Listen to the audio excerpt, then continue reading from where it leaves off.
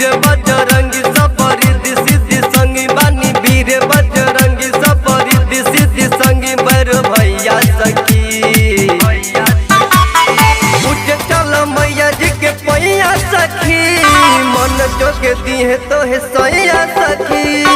उठ चल मैया जी के पैया सखी मन जोगे दिए तो है सैया सखी।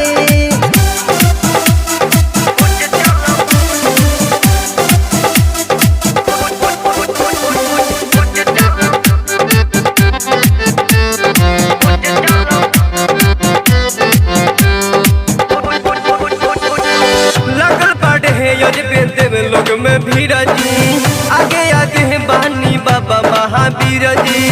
फिर नहीं मिले ऐसा तकदीर जी हाली चला तू मंदिर आके और जी लगल बड़े है यजबे देवे लोग में भीड़ जी आगे आगे बानी बाबा महावीर जी फिर नहीं मिले ऐसा तकदीर जी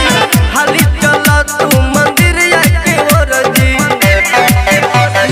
जोहल जाई बट जहानी में गछ माइके जोहल जाई बट जहानी में गछ वही छैया सखी उठ चल मैया जी के पैया सखी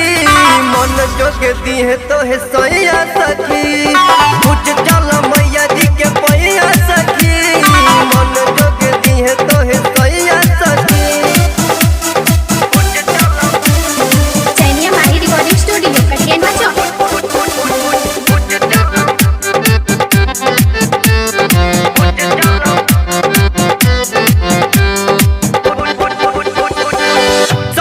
भीड़ बड़ा भारी जतर मंदिर में गौमा के सारी